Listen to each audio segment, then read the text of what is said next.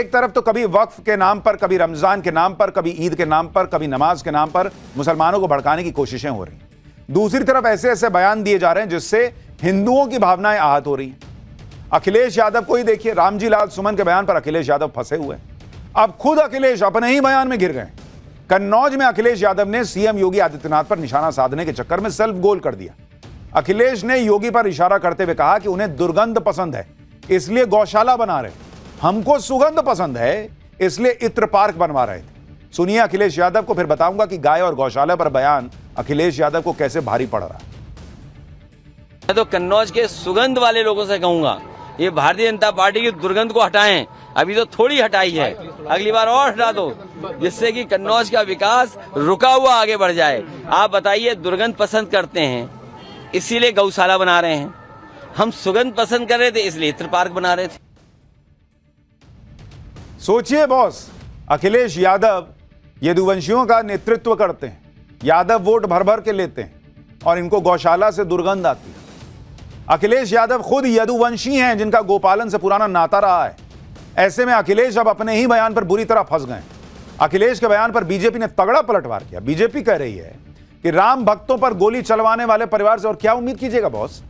अखिलेश को बूचड़ खानों से तो बदबू नहीं आती, गोमाता का मजाक उड़ा रहे हैं। शर्म आनी चाहिए अखिलेश यादव। यदुवंशी होकर भी गाय और गौशाला का अपमान कर रहे हैं, बीजेपी कह रही है। भाई बीजेपी नेताओं के बयान सुनिए, फिर बताऊंगा कि बागेश्वर बाबा ने अखिलेश यादव को गौशाला के मुद्दे पर क्या तगड़ा जवाब दिया। अखिलेश यादव के दिमाग में गंदगी भरी है, उनके विचार से दुर्गंध आती है। वो परिवार जो राम भक्तों पर गोली चलाता हो, वो परिवार जिसने कार सेवकों को सरेराह हत्या की हो, उस परिवार से और क्या अपेक्षा की जा सकती है। अखिलेश यादव जी को शर्म आनी चाहिए, वो गौ माता का मजाक उड़ा रहे हैं। को बधाई देनी चाहिए थी मुख्यमंत्री जी को कि जो आपके समय में जो गाय गोवंश टहलता था उसको लोग काट देते थे, उसका मांस का व्यापार आम बात हो गई थी, वो योगी जी ने बंद कर दिया। तो गौशालों में आप दुर्गंध और सुगंध क्यों तलाश रहे हो? गौशाला में सनातन की आस्था को तलाशो। ये गौ माता है, इनको माता कहा जाता है और मां पर टिप्पणी नहीं की जाती है। अखिलेश यादव के बयान से गौशाला संचालक और गाय पालने वाले भी नाराज हैं। गौशाला संचालक और गौ पालकों का सीधा कहना है कि अखिलेश को सनातन संस्कृति से कोई मतलब ही नहीं। अखिलेश अब दूसरे समाज को लुभाने की कोशिश कर रहे हैं, इसलिए अखिलेश और उनके नेता इस तरह का बयान दे रहे हैं कि उनको गौशाला से दुर्गंध आती है और इत्र फैक्ट्री बनवा रहा था मैं। सुनिए लखनऊ से लेकर वाराणसी तक गोपालकों ने अखिलेश यादव को क्या जवाब दिया है। जिस तरह उन्होंने गौ माता का अपमान किया है, पहले तो उन्हें माफी मांगनी चाहिए। और यदुवंशी भगवान कृष्ण यदुवंशी थे, उन्होंने गाय माता की रक्षा के लिए पर्वत को उंगली पे उठा लिया। दुर्गंध तो नहीं आती है सर, बहुत ही अच्छी सफाई रहती है, अच्छा काम हो रहा है यहाँ पे, दुर्गंध नहीं आती है। अखिलेश जी को आ रही है? अरे उनको आ रही होगी ना, हम लोग तो सेवा कर रहे हैं रोज। अखिलेश यादव जी जो कह रहे हैं दुर्गंध आ रहा है, दुर्गंध गौ माता से नहीं, उनके कुंठित विचारधाराओं से आ रहा है। गौशाला में दुर्गंध बताने वाले अखिलेश यादव को बागेश्वर बाबा ने भी तगड़ा जवाब दिया। बागेश्वर बाबा ने कहा कि गौशाला में बदबू नहीं, भगवान कृष्ण की याद आती है। अखिलेश को अगर बदबू आती है तो भगवान जाने कैसी नाक है उनकी। सुनिए बागेश्वर बाबा। भगवान जाने कि किसकी कैसी नाक है, हमें तो नहीं आई। आपने अपनी नाक का कमाल है, आप कभी हमारे साथ चलिए, हमें तो नहीं आती है। गौशाला में हमें बदबू नहीं आती है, गौशाला में हमें अपने पुराने भारत की याद आती है, गौशाला में हमें गोविंद की याद आती है। गौशाला में हम जब जाते हैं तब हमें पता लगता है कि यही गौशाला है, ये वही गौएं हैं जिनके पीछे हमारे गोविंद भागे। गोविंद का मतलब भारत का अस्तित्व पीछे पीछे गया, गोविंद का मतलब भारत का आने वाला भविष्य पीछे पीछे गया, गोविंद का मतलब इस देश का प्रेम पीछे पीछे जिस गौ माता के पीछे दौड़ा हो, वहां हमें बदबू नहीं आती, वहां तो हमें सुगंध आती है। हालांकि समाजवादी पार्टी अकेली नहीं है जिसके नेता सनातन संस्कृति पर विवादित बयान दे रहे हैं। इस समय तो ऐसा लग रहा है जैसे सनातन पर विवादित बयान देने की होड़ मची हुई, और इस रेस में कांग्रेस के नेता भी बराबर शामिल हैं। अखिलेश यादव को गौशाला से बदबू आती है तो कांग्रेस के नेता साधु संतों को छुट्टा सांड बता रहे हैं। मध्य प्रदेश कांग्रेस के विधायक है राजेंद्र कुमार सिंह, इन्होंने साधु और संतों को बीजेपी का प्रचारक बताते हुए सांड तक कह दिया। राजेंद्र कुमार सिंह ने कहा कि साधु संतों बाबा बैरागियों को सनातन का प्रचार करने के लिए छोड़ दिया गया। ये सभी सांड की तरह दूसरों का खेत चर रहे हैं। सुनिए कांग्रेस विधायक का बयान। सन्यासी जो है बाबा बैरागी, महामंडलेश्वर, इनको छोड़ दिया है जनता के बीच में। जाओ प्रवचन करो, भाजपा का प्रचार करो, हिंदुत्व की बात करो, सनातन धर्म की बात करो, और ये सांड चर रहे हैं दूसरों का खेत। अखिलेश यादव की पार्टी और कांग्रेस में जैसे होड़ लगी है कि कौन सनातन को ज्यादा भला बुरा कह सकता है। ये लोग बीजेपी पर हमला करते करते सनातन धर्म और संस्कृति पर विवादित बयान देने लगे और इसी वजह से बीजेपी सवाल उठाती है कि इन पार्टियों को बीजेपी से ज्यादा सनातन से दिक्कत है। सुनिए बीजेपी क्या कह रही है।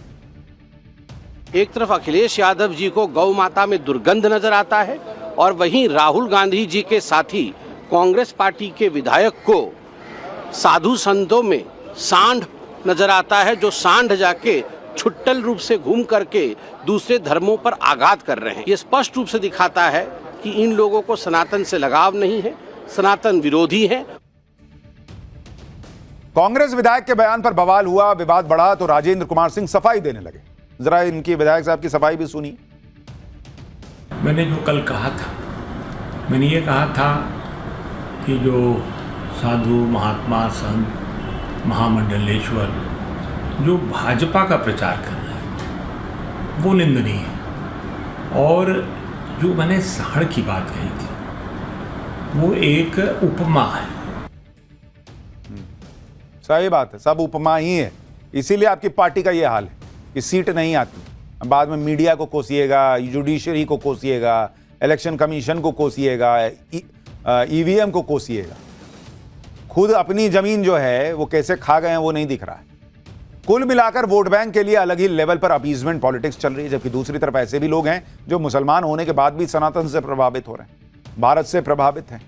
बॉलीवुड एक्टर सलमान खान ने अपनी फिल्म के प्रमोशन के दौरान ऐसा काम किया जिससे कई लोगों को मिर्ची लग गई। सलमान खान ने सोशल मीडिया पर अपनी तस्वीरें शेयर की जिसमें वो एक खास घड़ी पहने दिख रहे हैं। सलमान खान की यह घड़ी भगवान राम के रंग में रंगी हुई है। सलमान खान की इस घड़ी को और करीब से देखिएगा तो पता चलता है कि यह घड़ी खास क्यों है। इस घड़ी में भगवान राम की तस्वीर है, अयोध्या के भव्य राम मंदिर की तस्वीर है, भगवान हनुमान भी घड़ी में दिख रहे हैं और घड़ी के डायल के किनारे जय श्री राम लिखा हुआ है। अब आप देखिए कि राहुल गांधी से लेकर अखिलेश यादव तक राम मंदिर की प्राण प्रतिष्ठा में नहीं गए थे, सिर्फ इसलिए कि वोट बैंक नाराज ना हो जाए, जबकि सलमान खान मुसलमान होकर भी भगवान राम और राम मंदिर वाली घड़ी पहने हुए हैं, उनको दिक्कत नहीं। सलमान खान की इस घड़ी के बारे में आपको और जानकारी देता हूं। घड़ी को जैकब एंड कंपनी ने बनाया है। घड़ी का नाम एपिक एक्स राम जन्मभूमि टाइटेनियम एडिशन 2 है। घड़ी की कीमत 34 लाख रुपए है। यह स्पेशल एडिशन की वॉच है। घड़ी से भारत की सांस्कृतिक विरासत को बढ़ावा दिया गया है। खैर, ये पॉलिटिक्स तो इसी तरह से चलती रहेगी, इन लोगों का हिसाब नहीं बदल सकता। लेकिन पाठशाला में अब अगली क्लास, मोदी ने कैसे देश बदला। अमेरिका में मंदी, चीन में मार्केट क्रैश, इधर पीएम मोदी को सबसे बड़े टेस्ट में 100% नंबर कैसे आ गया। मोदी की टैक्सी, मोदी का इंश्योरेंस मिडिल क्लास के लिए अब गजब का गिफ्ट आने वाला है क्या। अब इसका चैप्टर।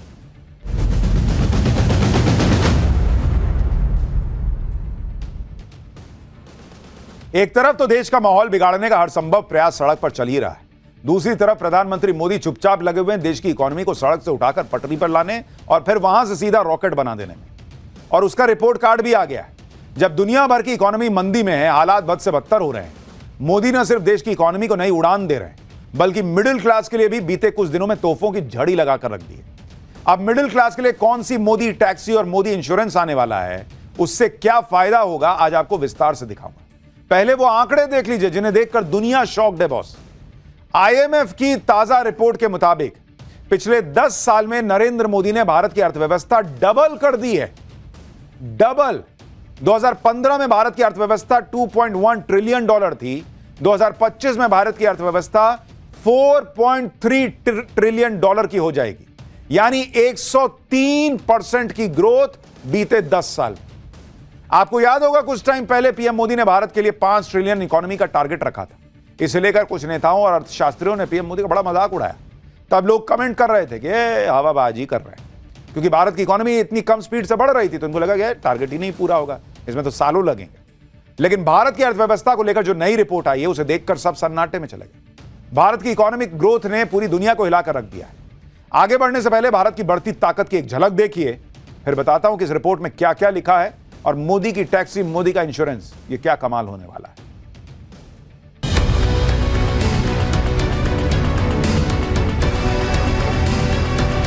और आज भारत की तेज प्रगति की चर्चा पूरी दुनिया में हो रही है। वो दिन दूर नहीं जब भारत दुनिया की तीसरी सबसे बड़ी इकोनॉमी का लक्ष्य हासिल करेगा।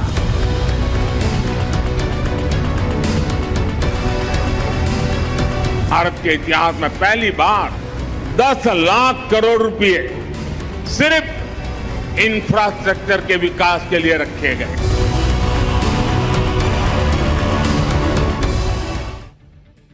भारत की अर्थव्यवस्था के लिए चमत्कार इसलिए है क्योंकि दूसरे देश पिछले 10 साल में इस तरह की ग्रोथ के आसपास भी नहीं पहुंच पाए। दूसरे देशों की ग्रोथ भी आपको बताता हूं। 2015 से 2025 तक 10 साल में बड़े बड़े देशों की जो जीडीपी ग्रोथ रही है उसको देखिए। भाई भारत का हमने आपको बताया कि भारत 103% बढ़ा है पिछले 10 साल में, लेकिन चीन 75% की ग्रोथ ही रजिस्टर कर पाया, अमेरिका 65% बढ़ पाया, कनाडा 49%, जर्मनी 43%, फ्रांस 34% की बढ़त बीते 10 साल में हासिल कर पाया, इटली 33%, ब्राजील 28% और यूके 27%। ये दूसरों का रिपोर्ट कार्ड देखकर आपको समझ में आ रहा होगा कि भारत कैसे टॉपर ही नहीं, एक्सेप्शनल नंबर के साथ टॉपर रहा है बीते 10 साल। आज आपको यह भी देखना चाहिए कि पीएम मोदी के आने के बाद किस तरह देश की इकोनॉमी ने रफ्तार पकड़ी और दुनिया के दिग्गज देशों को पीछे छोड़ दिया। पहले आप दुनिया की टॉप 10 अर्थव्यवस्थाओं में भारत की रैंकिंग सुनिए, किस तरह भारत ने पिछले 10 साल में रैंकिंग बढ़ाई है। भाई 2014 में टॉप 10 अर्थव्यवस्थाओं में भारत 10वें नंबर पर होता था जब मोदी आए थे। 2025 में भारत 5वें नंबर पर है। भारत से आगे अब सिर्फ अमेरिका, चीन, जर्मनी और जापान ही बचे हुए। भारत ने 10 साल में 5 पायदान का जंप लगा लिया, 10वें नंबर से 5वें नंबर पर पहुंच गया। जबकि दूसरे देशों का हाल देखिए कि बीते 10 साल में जापान की रैंकिंग 2014 में 3 पर थी, वो गिर के 4थे पे आ गया। यूके की रैंकिंग 5वें पे थी, वो गिर के 6ठे पे आ गया। फ्रांस 6ठे से गिरा तो 7वें पे आ गया।